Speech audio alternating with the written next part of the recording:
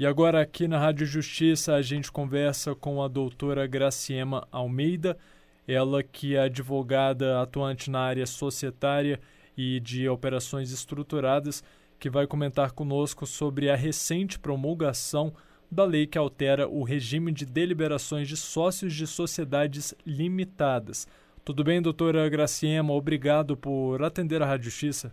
Tudo ótimo, Carlos. Obrigada pelo convite. Bom, para contextualizar rapidamente, na primeira semana de janeiro de 2019, o atual presidente da República, Jair Bolsonaro, promulgou a lei que traz duas alterações ao regime de deliberação de sócios de sociedades limitadas, estabelecido na Lei 10.406, de 10 de janeiro de 2012.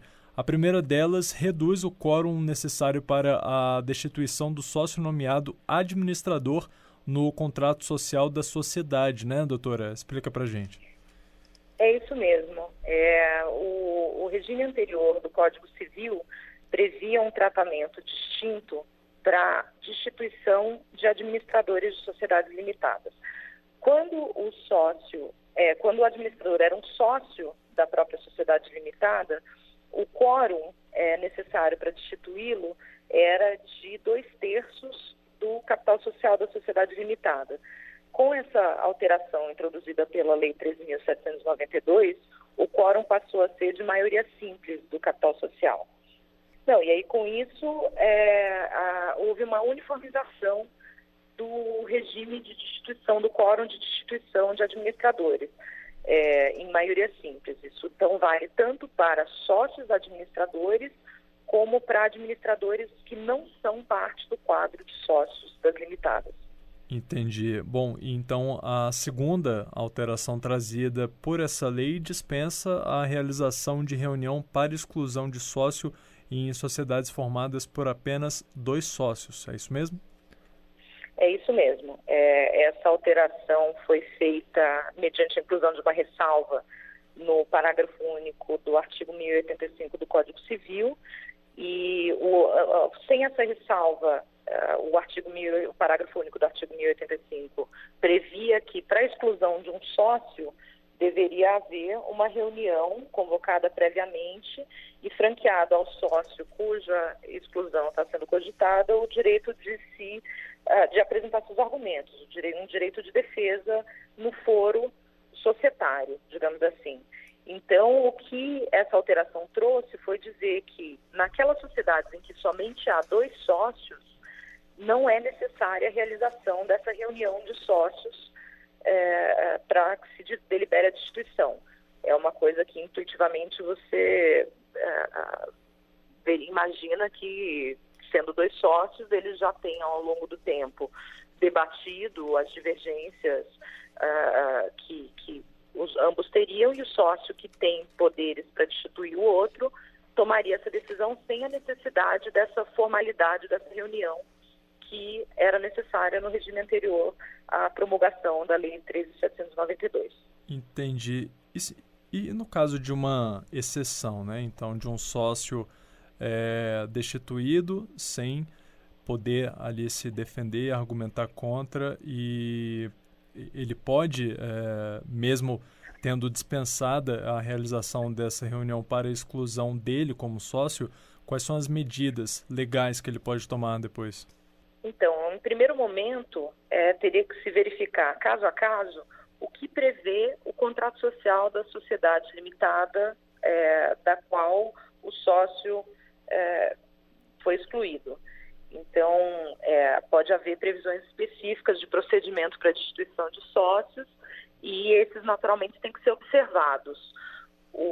Tem que ter uma justa causa, tem que ter a apresentação de argumentos, enfim, isso é mantido e tem que se observar o rito específico para cada sociedade limitada, se for previsto no contrato social dessas limitadas.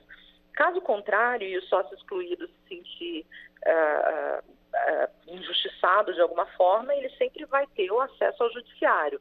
Ele, obviamente, vai ter que aduzir os argumentos que demonstrem que a exclusão foi injusta ou que o valor pago pela participação dele na exclusão não está em acordo com o contrato social, ou, enfim, não seria o que efetivamente seria devido.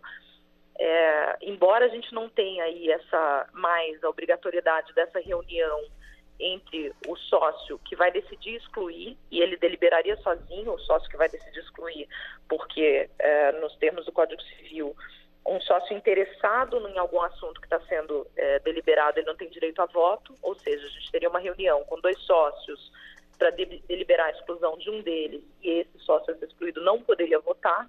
Então a gente está falando de eliminar essa etapa de um procedimento em que dificilmente a decisão seria outra que não a exclusão do sócio, porque afinal de contas isso já é consequência normalmente de um esgarçamento aí do relacionamento social, mas esse sócio excluído continua, como em qualquer caso, tendo recurso ao judiciário para que essa decisão ou seja revista ou o valor pago pela participação dele seja ajustado, enfim. O acesso ao judiciário continua franqueado ao sócio excluído. Entendi. Agora, por fim, doutora Graciema, e como ficam os casos de sociedades limitadas que foram constituídas antes da promulgação dessa Lei 13.792 de 2019? Continuam valendo os quórums de deliberação do Código Civil?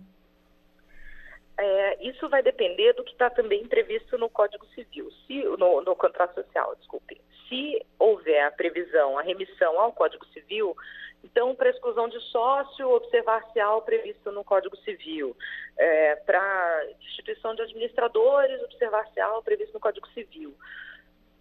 Se houver apenas essa remissão, a regra passa a ser interpretada conforme ela existia à época do fato. Então, a época da destituição do administrador ou a época da destituição do sócio, da exclusão do sócio. Agora, se os sócios em uma sociedade limitada quiserem manter o regime atual, eles vão precisar alterar o contrato social dessas sociedades para prever, no caso do quórum, o quórum antigo de 2/3 para a destituição de sócio administrador e uma necessidade, a obrigatoriedade de uma reunião para deliberar sobre a exclusão de um sócio, no caso daquelas sociedades que só tem 2 sócios, né? Para as demais sociedades com número maior de sócios, a reunião continua obrigatória. Outro ponto importante a notar é que se houver um acordo de sócios para essas limitadas, esses acordos de sócios também devem ser ajustados para refletir o que os sócios efetivamente desejam. Tá certo, então eu acabei de conversar aqui na Rádio Justiça com a doutora Graciema Almeida, ela que é advogada que atua na área societária e de operações estruturadas, que falou conosco, que explicou sobre a recente promulgação da lei que altera o regime de deliberações de sócios de sociedades limitadas. Doutora Graciema, obrigado mais uma vez por atender a Rádio Justiça e, claro, pelas suas explicações. Foi uma satisfação. Obrigada novamente por esse espaço.